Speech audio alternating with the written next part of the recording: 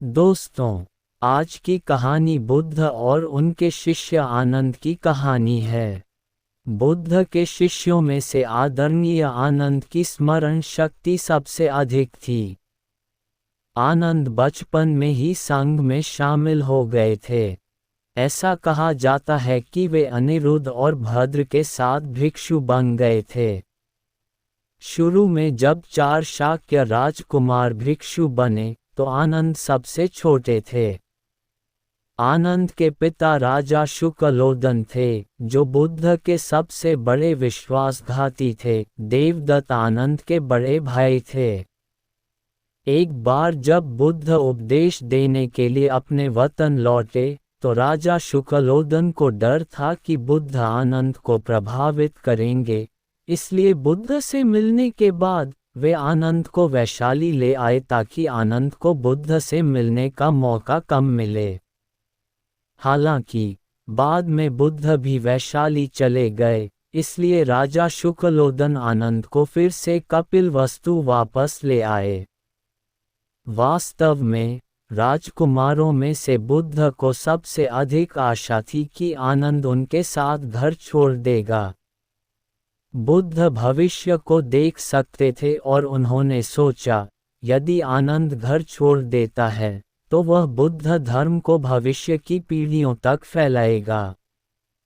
जब बुद्ध को पता चला कि आनंद कपिलवस्तु लौट आया है तो वह तुरंत राजा शुकलोदन के महल में गया। जब आनंद ने बुद्ध को देखा तो उसने बुद्ध को अपना सम्मान दिया और पंखे से उन्हें हवा की। यहाँ से हम देख सकते हैं कि नन्हे आनंद ने छोटी उम्र में ही बुद्ध का सम्मान किया था। जब समय आया तो आनंद और राजकुमार भद्र भिक्षु समुदाय में शामिल हो गए। नन ऑर्डर की स्थापना में सहायता करना। संघ में पले बड़े आनंद का स्वभाव सौम्य और दयालु था। महिलाएं उनका बहुत सम्मान करती थीं क्योंकि वह भिक्षुनियों और बुद्ध की महिला अनुयायियों के प्रति बहुत परवाह करते थे। यह आनंद के प्रयास के कारण ही था कि बुद्ध ने महिलाओं को भिक्षुनी बनने की अनुमति दी। जब बुद्ध की पालक माँ महाप्रजापति ने देखा कि बुद्ध को ज्ञान प्राप्त हो गया है, कुछ राजकुमारों ने बुद्ध की शरण ले ली है तथा राजा की मृत्यु हो गई है, तो वह घर छोड़कर भिक्षुनी बनना चाहती थीं। महाप्रजापति ने बुद्ध से प्रार्थना की कि वे उसे बुद्ध के समुदाय या संघ में रहने की अनुमति दें, लेकिन बुद्ध ने मना कर दिया। अपनी पालक माँ की लगातार विनती से बचने के लिए बुद्ध वैशाली से दूर नहीं, नमंतिनी मठ में उपदेश देने चले गए। महाप्रजापति ने हिम्मत नहीं हारी। उसने शाक्य वंश की 500 महिलाओं को इकट्ठा किया जो उसके जैसे ही विचार रखती थीं। अपने बाल मुंडे और बुद्ध के पास जाने के लिए नंगे पैर चल पड़ी। वे 2000 मील से ज्यादा चलीं और आखिरकार उस मठ में पहुंची जहां बुद्ध ठहरे थे।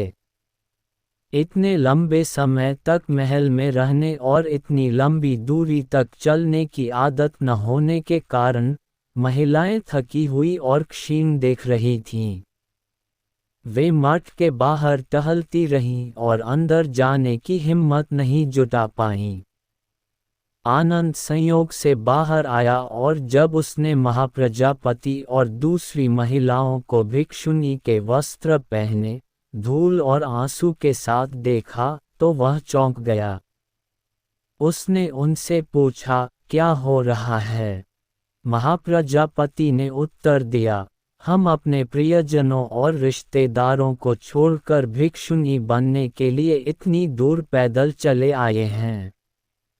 यदि बुद्ध ने हमें फिर से मना कर दिया तो हम यहीं मर जाएंगे और कभी वापस नहीं लौटेंगे। आनंद बुद्ध के शब्दों से इतना प्रभावित हुआ कि वह अपने आंसू नहीं रोक सका। उसने बुद्ध को संदेश सुनाया और बुद्ध से महिलाओं की इच्छा पूरी करने की विनती की। हालांकि बुद्ध ने इनकार कर दिया, आनंद, मैं उनसे सहानुभूति रखता हूँ लेकिन महिलाओं को हमारे समुदाय में प्रवेश देना उचित नहीं है। भगवान बुद्ध, क्या बुद्ध धर्म में पुरुष और महिलाएं अलग अलग हैं? आनंद ने पूछने का साहस जुटाया। आनंद, धर्म स्वर्ग और संसार में एक ही है। मैं महिलाओं के साथ भेदभाव नहीं करता, यानी मैं सभी संवेदनशील प्राणियों को समान मानता हूँ। महिलाएं पुरुषों की तरह ही कर सकती हैं, मेरे धर्म का पालन करें और अभ्यास करें, लेकिन उन्हें भिक्षुनी बनने की ज़रूरत नहीं है। ये हमारी व्यवस्था का सवाल है, न कि यह कि पुरुष और महिला समान हैं या नहीं। घर से बाहर जाने वाली महिलाएं खेत में जंगली घास की तरह हैं जो फसल को प्रभावित करेगी। बुद्ध के इस भाषण का बहुत गहरा अर्थ था।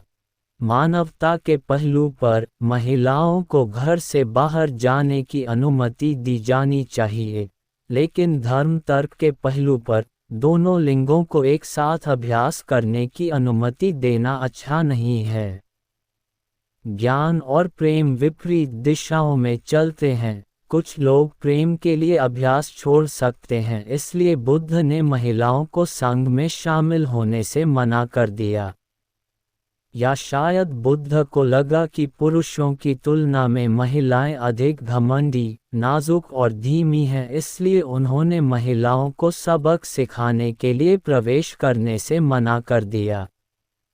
यद्यपि बुद्ध ने इनकार कर दिया, फिर भी आनंद ने आंसुओं के साथ कहा, भगवान बुद्ध, क्या आप उन्हें मरते हुए देख सकते हैं?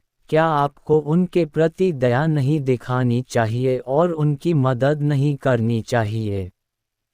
बुद्ध को लगा कि कई बार धर्म और भावनाओं दोनों का एक साथ ख्याल रखना असंभव होता है। उन्होंने ये भी समझा कि कोई शुद्ध और अपरिवर्तनीय धर्म नहीं है। बुद्ध कुछ देर चुप रहे और आखिरकार आनंद के अनुरोध पर सहमत हो गए कि महिलाओं को घर से बाहर जाने की अनुमति दी जाए। खुशी से आनंद खुशखबरी सुनाने के लिए बाहर भागा। महाप्रजापति और अन्य महिलाएं आंसू बहाते हुए बहुत खुश थीं। बुद्ध ने 500 महिलाओं से मुलाकात की और उनसे भिक्षुओं के प्रति 8 अतिरिक्त नियमों का पालन करने को कहा। मतंगा से मुठभेड़। आनंद युवा और सुंदर था और इस कारण उसे कुछ परेशानी हुई। एक दिन वह श्रावस्ती में भीख मांग रहा था और लौटते समय उसे एक कुआं दिखाई दिया। एक किसान लड़की कुएं से पानी भर रही थी। आनंद को प्यास लगी थी, इसलिए उसने लड़की से पानी मांगा। लड़की ने पहचान लिया कि उसके सामने खड़ा युवा भिक्षु आनंद है। बहुत शर्मीली होकर उसने कहा, आदरणीय, मैं एक तुच्छ किसान हूँ जो आपको कुछ भी देने के योग्य नहीं हूँ। जब आनंद ने ये सुना तो उसने उसे सांत्वना दी, युवती, मैं एक भिक्षु हूँ और मैं अमीर और गरीब के प्रति समान हूँ। लड़की आनंद के रूप और उसकी कोमल वाणी से बहुत आकर्षित हुई। उसने उससे शादी करने का सपना भी देखा। वास्तव में युवा आनंद भी उस युवती को भूल नहीं पाया था। अगले दिन जब वह उसके घर से गुजरा तो लड़की ने मुस्कुराकर उसे स्वीकार किया। आनंद को उलझन होने लगी। हालांकि जिस क्षण उसे याद आया कि वह भिक्षु है जिसे नियमों का पालन करना था, उसने बुद्ध के बारे में सोचा। उनकी शक्ति ने उसे घेर लिया। आनंद को अचानक ज्ञान प्राप्त हुआ, जैसे कि बुद्ध उसे वापस जेतवन मठ में ले जाने के लिए हवा के झोंके में बदल गए हों। दूसरे दिन आनंद ने खुद को शांत किया और फिर भिक्षा मांगने के लिए शहर चला गया। उस छोटी लड़की ने एक नया कपड़ा पहना था और उसके बाल भी नए थे। वह सड़क पर खड़ी होकर आनंद का इंतजार कर रही थी। जब उसने उसे देखा तो वह उसके पीछे चली गई और उसे जाने से मना कर दिया। आनंद घबराया हुआ और असहाय था। वह मठ में वापस आया और बुद्ध को सारी बात बताई। तब बुद्ध ने उससे कहा कि वह लड़की को उसके पास ले आए।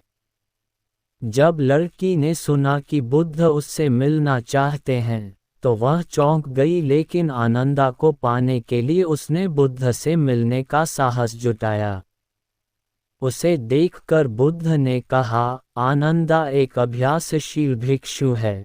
उसकी पत्नी बनने के लिए तुम्हें घर छोड़कर 1 साल के लिए भिक्षुनी बनना होगा। क्या तुम तैयार हो? मैं तैयार हूँ, भगवान बुद्ध।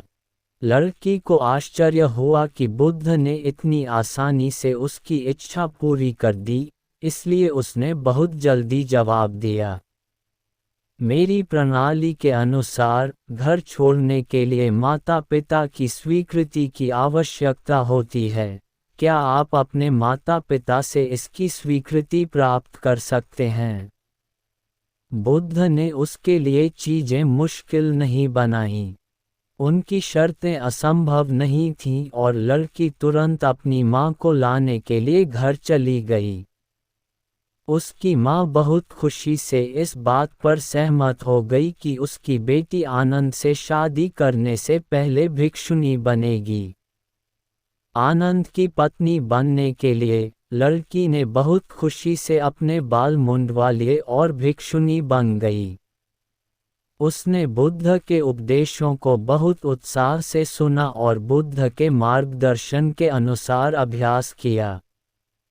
हर बीतते दिन के साथ उसकी इच्छाएं और भावनाएं शांत होती गईं और आधे साल से भी कम समय में उसे एहसास हुआ कि अतीत में प्रेम की तलाश करना एक शर्मनाक व्यवहार था। बुद्ध हमेशा उपदेश देते थे कि 5 प्रकार की इच्छाएं अशुद्ध धर्म हैं और दुखों का स्रोत हैं। पांचों इच्छाओं के शुद्ध होने पर ही मन शुद्ध हो सकता है और जीवन शांतिपूर्ण हो सकता है। लड़की को एहसास हुआ कि आनंद के प्रति उसका जुनून गंदा और बुरा था। उसे पछतावा हुआ और एक दिन वह बुद्ध के सामने घुटनों के बल बैठी और आंसू बहाते हुए पश्चाताप किया, बुद्ध, अब मैं जाग चुकी हूँ, मैं पहले की तरह अज्ञानी नहीं रहूंगी। मैं आपकी बहुत आभारी हूँ। हम जैसे अज्ञानी संवेदनशील प्राणियों को बदलने के लिए आपने विभिन्न तरीकों के बारे में सोचने के लिए बहुत प्रयास किए हैं। अब से मैं हमेशा के लिए भिक्षुनी बन जाऊंगी, सत्य का संदेशवाहक बनने के लिए बुद्ध के पदचिह्नों का अनुसरण करूंगी। बुद्ध की गंभीर शिक्षाओं ने अंततः उन्हें एक आदर्श भिक्षुनी बनने के लिए जागृत कर दिया। ये लड़की प्रसिद्ध मातंगा थी। एक किसान लड़की को भिक्षुनी बनने की अनुमति देने पर बुद्ध को लोगों की बहुत आलोचना और विरोध का सामना करना पड़ा, क्योंकि उस समय जाति व्यवस्था प्रचलित थी। हालांकि बुद्ध ने 4 जातियों की समानता की वकालत की। आनंद के रूप के प्रति मातंगा के आकर्षण और दुर्भाग्य को खुशी में बदलने की घटना बौद्ध समुदाय में बहुत रुचि का विषय बन गई थी और युगों से एक आकर्षक कहानी बन गई थी। महिलाओं के साथ परेशानी। आनंद भिक्षुनियों के प्रति मददगार थे। चूंकि वे लोगों के साथ घुल मिल कर रहते थे, इसलिए सभी महिलाएं, खास तौर पर भिक्षुनियां, उनका बहुत सम्मान करती थीं। कभी-कभी जब वे महाकश्यप के साथ चलते थे, तो भिक्षुनियां महाकश्यप से पूछने से पहले आनंद की सलाह लेती थीं। हालांकि ज्ञान, अनुभव और उम्र के मामले में महाकश्यप आनंद से ज्यादा वरिष्ठ थे। भिक्षुओं और भिक्षुणियों का मन लगातार अपनी विवेकपूर्ण तर्क शक्ति और भावनाओं के साथ युद्धरत रहता है। अगर संवेदनशीलता जीत जाती है तो वे बुद्ध बन सकते हैं, अगर भावनाएं जीत जाती हैं तो वे आम इंसान बनकर रह जाते हैं। सभी भिक्षुओं और भिक्षुणियों से यह उम्मीद करना मुश्किल है कि वे दुनिया के प्रति किसी भी तरह के प्रेम के बिना मुरझाया हुआ और नीरस जीवन जिएं। जेतवन मठ में एक युवा महिला भिक्षुणी रहती थी। वह आनंद की असाधारण विशेषताओं और सुंदरता से बहुत आकर्षित थी और मन ही मन उससे प्यार करती थी। हालांकि सख्त बौद्ध समुदाय में रहने के कारण उसे नियमों को तोड़ने की अनुमति नहीं थी, इसलिए वह असहाय और निराश महसूस करती थी। एक दिन ये युवा भिक्षुणी बीमार पड़ गई और उसने किसी से आनंद को संदेश देने के लिए कहा कि वह उससे मिलने आए। अगली सुबह भोजन के लिए भीख मांगने से पहले दयालु आनंद भिक्षुणी से मिलने गया। हालांकि वह आधी पोशाक में थी और जब आनंद उसके पास गया तो उसने उसे गहरे प्यार से देखा। आनंद तुरंत समझ गया और बिना एक भी शब्द बोले वह मुड़ा और चला गया। युवा भिक्षुणी जल्दी से बिस्तर से उठी, कपड़े पहने और आनंद के पीछे भागी। उसने आनंद को बैठने के लिए आमंत्रित किया। जब आनंद बैठ गया तो उसने कहा, बहन, अपने शरीर को खिलाने के लिए अशुद्ध चीज़ों का उपयोग न करें, यौन इच्छाओं के गलत विचार न रखें। बहन, आप अस्वस्थ हैं। जब तक आप अपने शरीर और मन को शांत अवस्था में रखते हैं, आप जल्द ही ठीक हो जाएंगे। हालांकि युवा भिक्षुणी ने अभी भी आनंद को कोमलता और प्रेम से देखा। उसने कहा, मैं समझती हूँ कि आपका क्या मतलब है, लेकिन चाहे मैं कितनी भी कोशिश करूँ, मैं आपके लिए अपनी भावनाओं को नियंत्रित नहीं कर सकती। लोग सुरक्षित और शांतिपूर्ण महसूस करने के लिए बिना मान के नहीं रह सकते। बहन, आपको ऐसा नहीं सोचना चाहिए। लोग शरीर के विकास के लिए कपड़े, भोजन और आवास के लिए काम करते हैं। स्वस्थ शरीर का विकास करना मार्ग का अभ्यास करना है, तभी मन शांत हो सकता है। मार्ग को भूलकर अस्थायी इच्छा का पीछा करना गलत है। हम अपने शरीर और मन का विकास करते हैं, सच्चे मार्ग पर चलने के लिए सभी इच्छाओं को काट देते हैं और व्यर्थ और खोखले तरीकों से आकर्षित नहीं होते। भिक्षुणी बहुत प्रभावित हुई और उसने प्रेम की अपनी इच्छा त्याग दी। उसे धर्म चक्षु प्राप्त हुए। दरअसल आनंद के मन में न तो प्रेम का विचार था और न ही स्त्रियों के प्रति इच्छा, बल्कि वह केवल शुद्ध मित्रता का भाव रखता था। हालांकि स्त्रियों के कारण उसे बहुत सी समस्याओं का सामना करना पड़ा, जिससे ईर्ष्या और आलोचनाएं पैदा हुईं। बुद्ध का परिचारक बनना। बुद्ध के हृदय में आनंद ही वह व्यक्ति था जो बुद्ध के बीज फैला सकता था। हालांकि महिलाओं के साथ उसकी समस्याएं बहुत ज़्यादा थीं। आनंद को खुद पर नियंत्रण रखने और एकाग्रता के साथ अभ्यास करने देने के लिए बुद्ध ने आनंद को अपना सहायक बनाने का इरादा किया। दरअसल बुद्ध को ज्ञान प्राप्ति के बाद से ही सारिपुत्र, मोगलाना, कपाला और अन्य ने बारी बारी से बुद्ध की सेवा की थी। हम कह सकते हैं कि इन 20 वर्षों में बुद्ध की सेवा करने वाला कोई स्थायी अनुचर नहीं था। हो सकता है कि बुद्ध की वृद्धावस्था के कारण उन्हें निरंतर एक परिचारक की आवश्यकता हो। कई भिक्षुओं ने स्वेच्छा से बुद्ध की सेवा करने की पेशकश की, लेकिन बुद्ध ने उन्हें अस्वीकार कर दिया और उन्हें विभिन्न स्थानों पर उपदेश देने के लिए नियुक्त किया। मोगलन बुद्ध की भावनाओं को समझते थे, इसलिए सारिपुत्र के साथ मिलकर उन्होंने आनंद को राजी किया। आनंद भिक्षु, बुद्ध का इरादा है कि आप उनके परिचारक बने। आप युवा, सक्षम, बुद्धिमान और सौम्य हैं, हमें उम्मीद है कि आप सहमत होंगे।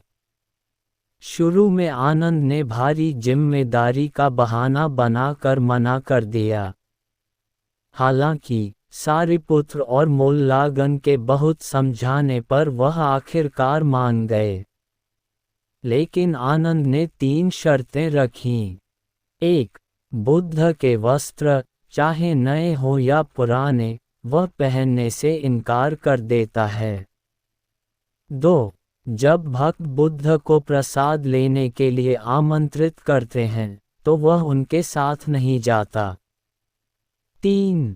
जब बुद्ध को देखने का समय नहीं होता तो वह उनसे नहीं मिलता। इसके अलावा वह भगवान बुद्ध की सेवा करने के लिए तैयार रहता है। मोगलन और सारिपुत्र ने आनंद की स्थिति बुद्ध को बताई। बुद्ध न केवल क्रोधित हुए बल्कि उन्होंने खुशी खुशी उसकी प्रशंसा की। आनंद वास्तव में चरित्रवान भिक्षु हैं। उन्होंने आलोचनाओं से बचने के लिए 3 शर्तें बताईं। वे नहीं चाहते कि दूसरे लोग उनकी आलोचना करें कि वे अच्छे कपड़े और भोजन के कारण बुद्ध की सेवा करते हैं। वे जानते हैं कि इन स्थितियों को कैसे रोका जाए। तब से आनंद बुद्ध के सेवक बन गए। उनकी उम्र सिर्फ 20 साल से ज़्यादा थी।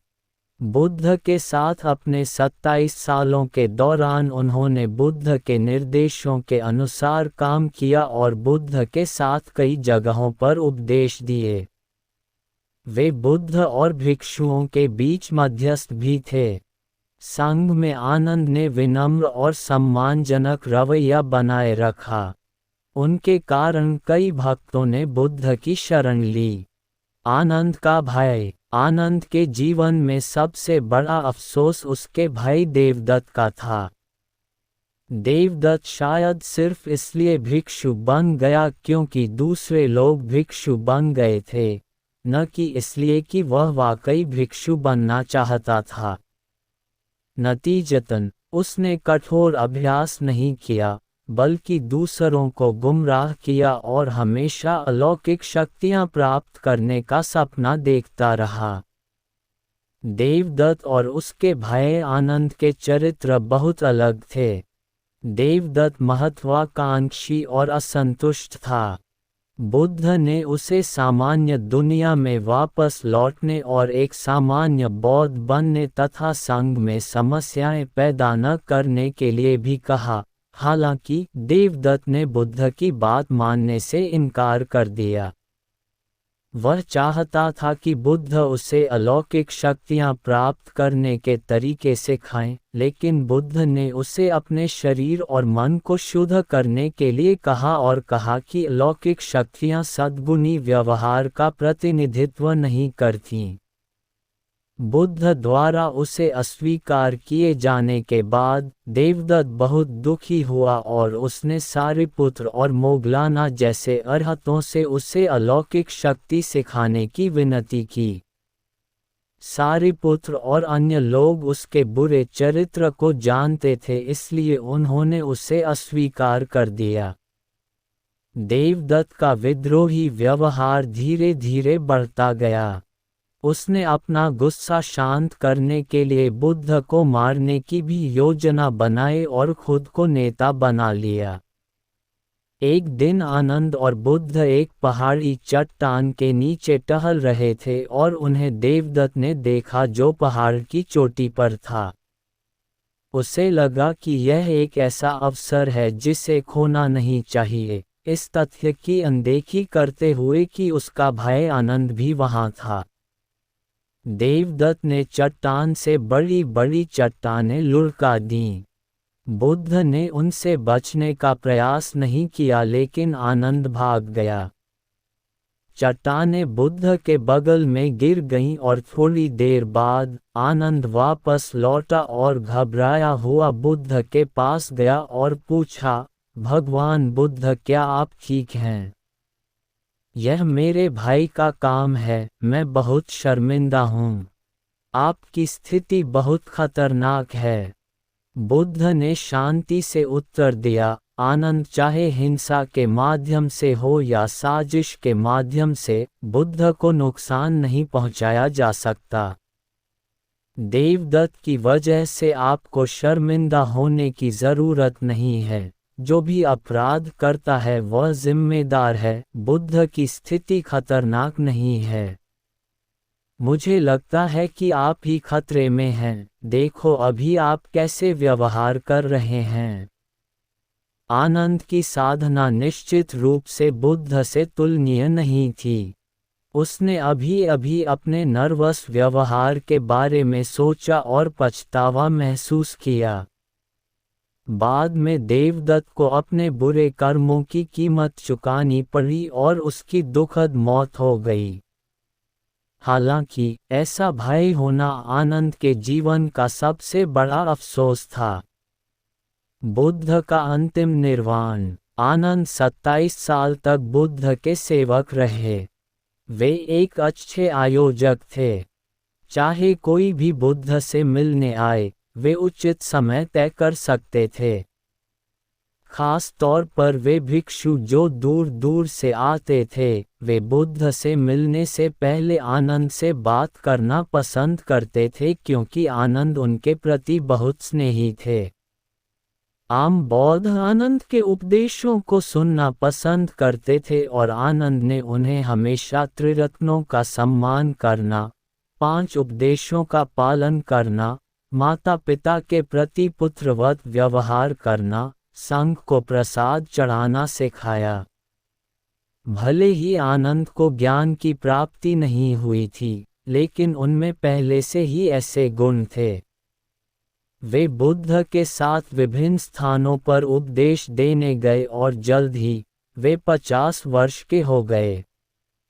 ज्ञान प्राप्ति के 45 वर्ष बाद भगवान बुद्ध ने कुशीनगर में 2 शाल वृक्षों के बीच परिनिर्वाण प्राप्त किया। शाम के मनमोहक सूरज की चमक की तरह बुद्ध ने निर्वाण में प्रवेश करने से पहले एक असामान्य चमक बिखेरी। बुद्ध आनंद द्वारा बनाए गए बिस्तर पर लेट गए। जल्द ही अंधेरा छा गया। संयोग से शाल के पेड़ खिल गए। बुद्ध के शरीर पर फूलों की वर्षा हुई। आनंद बुद्ध के बिस्तर के पास घुटनों के बल बैठ गया और धीरे से पूछा, भगवान बुद्ध, भविष्य में महिलाओं के प्रति हमारा रवैया क्या होना चाहिए? कृपया मुझे फिर से मार्गदर्शन दें। बुद्ध ने उत्तर दिया, आनंद, ज्ञान प्राप्ति के लिए स्त्रियों के बारे में नहीं सोचना चाहिए, विशेषकर अपने बारे में। यद्यपि तुम वृद्ध हो रहे हो, फिर भी स्त्रियों की ओर न देखना ही तुम्हारे लिए अच्छा है। यदि ऐसा करना अपरिहार्य हो, तो वृद्ध स्त्रियों को अपनी माता, वृद्ध स्त्रियों को अपनी बड़ी बहन तथा युवा स्त्रियों को अपनी छोटी बहन के समान समझो। आनंद, तुम्हें मेरे शब्दों को ध्यान में रखना चाहिए। बुद्ध ने आनंद को मठों के निर्माण जैसे कई मामलों के बारे में समझाया। ये सोचकर कि ये बुद्ध के अंतिम शब्द थे, कोमल हृदय वाले आनंद रोने लगे, खासकर तब जब उन्होंने अपने स्वयं के अज्ञानी मन के बारे में सोचा। जब बुद्ध निर्वाण में प्रवेश कर गए, तो ज्ञान प्राप्त करने के लिए किस पर भरोसा किया जा सकता है? जितना अधिक उन्होंने सोचा, उतना ही अधिक दुखी होकर वह रोए। बुद्ध ने उससे फिर बात की, आनंद, उदास मत हो। क्या मैं तुम्हें अक्सर नहीं कहता कि दुनिया नश्वर है? जब तक जीवन है, तब तक मृत्यु भी है। तुमने इतने लंबे समय तक मेरी सेवा की है, मेहनती और सहनशील बने रहे। मैं इन पुण्य कर्मों का उपयोग तुम्हें चुकाने के लिए करूँगा। उत्साही प्रगति के लिए कड़ी मेहनत करो और जल्द ही तुम ज्ञान प्राप्त करने के लिए दुखों के बंधन को छोड़ दोगे। बुद्ध ने बाकी लोगों को संबोधित करते हुए कहा, साथी भिक्षुओं, आनंद ने इतने सालों तक निष्ठापूर्वक मेरी सेवा की है। वह सौम्य और दयालु है। उसकी याददाश्त अच्छी है। उसके पुण्य कर्म दुनिया में चमक लाएंगे। उस समय चांद चुपचाप शैला ग्रोव पर चमक रहा था। बुद्ध का शांत और उदात्त मन ग्रोव में मौजूद सभी लोगों पर चमक रहा था। वह एक मार्मिक लेकिन गंभीर दृश्य था। सभी लोग, जिनमें प्रबुद्ध ऋषि भी शामिल थे, रो पड़े। आनंद विशेष रूप से दुखी था और फूट फूट कर रोया। हालांकि रोने से कोई मदद नहीं मिली। सबसे महत्वपूर्ण बात ये थी कि बुद्ध से पूछा जाए कि धर्म को हमेशा के लिए कैसे बनाए रखा जाए। उन्होंने चर्चा की और आनंद को अपना प्रतिनिधि चुनकर बुद्ध से पूछा। पहला, जब भगवान बुद्ध निर्वाण में प्रवेश करेंगे तो गुरु कौन होगा? दूसरा, जब भगवान बुद्ध निर्वाण में प्रवेश करेंगे तो हम कैसे रहेंगे? तीसरा, जब भगवान बुद्ध निर्वाण में प्रवेश करेंगे तो बुरे लोगों के साथ कैसा व्यवहार करना चाहिए?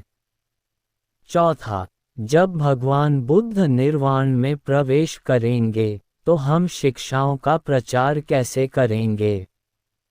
अपने चिरपरिचित करुण स्वर में बुद्ध ने उत्तर दिया, साथी भिक्षुओं, आप सभी को उपदेशों को अपना गुरु मानना चाहिए तथा धर्म सत्य को अपना आश्रय बनाना चाहिए। इस प्रकार आप धर्म की निरंतरता सुनिश्चित कर सकेंगे। बुद्ध के वचन सुनकर सभी लोग भाव विभोर हो गए। अंततः बुद्ध चुपचाप परिनिर्वाण में चले गए। बुद्ध के परिनिर्वाण में प्रवेश करने की खबर फैल गई और हर जगह से बहुत से लोग उन्हें देखने के लिए दौड़ पड़े। आनंद को लगा कि बुद्ध की मृत्यु से पहले बहुत कम महिलाओं को बुद्ध को श्रद्धांजलि देने का अवसर मिला था, इसलिए उन्होंने भिक्षुनियों और महिला शिष्यों को पहले श्रद्धांजलि देने की अनुमति दी। यहाँ से हम देख सकते हैं कि वह हमेशा महिलाओं के प्रति सहानुभूति रखते थे। बुद्ध के परिनिर्वाण में प्रवेश करने के बाद आनंद ने 3 दिन तक आराम किया। फिर वह राजगृह की ओर दौड़ा, क्योंकि वहाँ पहली परिषद थी जहाँ बुद्ध के शिष्य बुद्ध के उपदेशों और विश्वासियों के लिए उपदेशों वाले सूत्रों को संकलित करेंगे।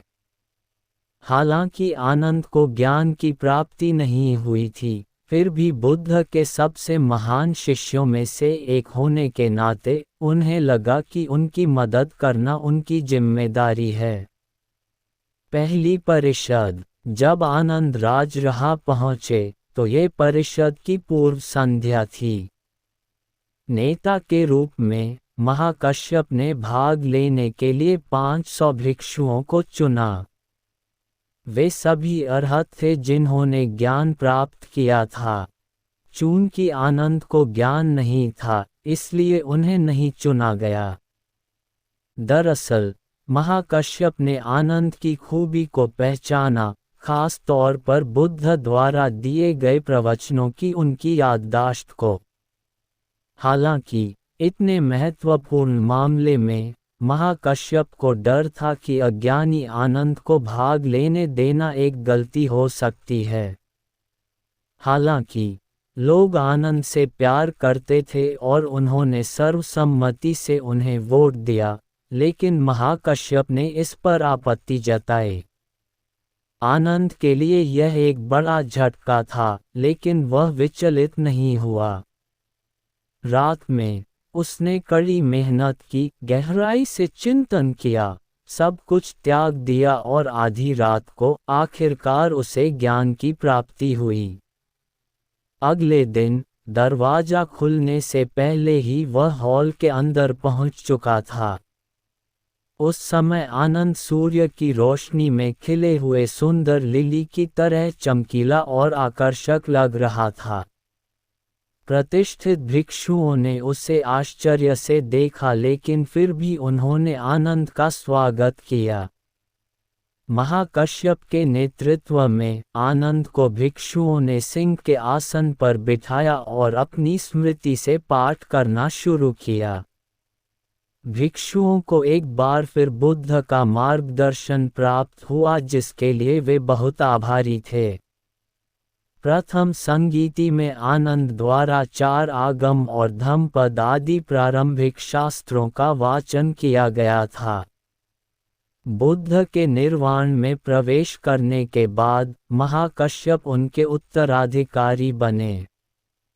20 साल बाद महाकश्यप 100 साल से ज्यादा उम्र के हो गए थे। वे निर्वाण में प्रवेश करने के लिए कौक के पैर के पहाड़ पर गए। जाने से पहले उन्होंने सब कुछ आनंद को सौंप दिया। उस समय आनंद पहले से ही 80 साल के थे।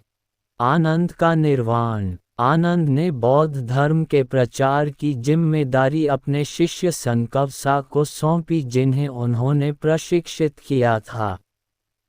फिर वे उत्तर में गंगा नदी की ओर चल पड़े। इस समय मगध के राजा अजातशत्रु ने वैशाली के साथ युद्ध की घोषणा कर दी थी। आनंद को लगा कि किसी भी देश में निर्वाण में प्रवेश करना उनके लिए अनुचित था, क्योंकि उनमें से कोई भी उनके बचे हुए अवशेषों को प्राप्त नहीं कर सकता था। इसलिए उन्होंने दोनों देशों की सीमा में निर्वाण में प्रवेश करने का फैसला किया, जो गंगा नदी के बीच में था। जब राजा अजातशत्रु को आनंद के निर्वाण की खबर मिली, तो वह जल्दी से अपने कुछ आदमियों को लेकर गंगा नदी की ओर दौड़ पड़ा।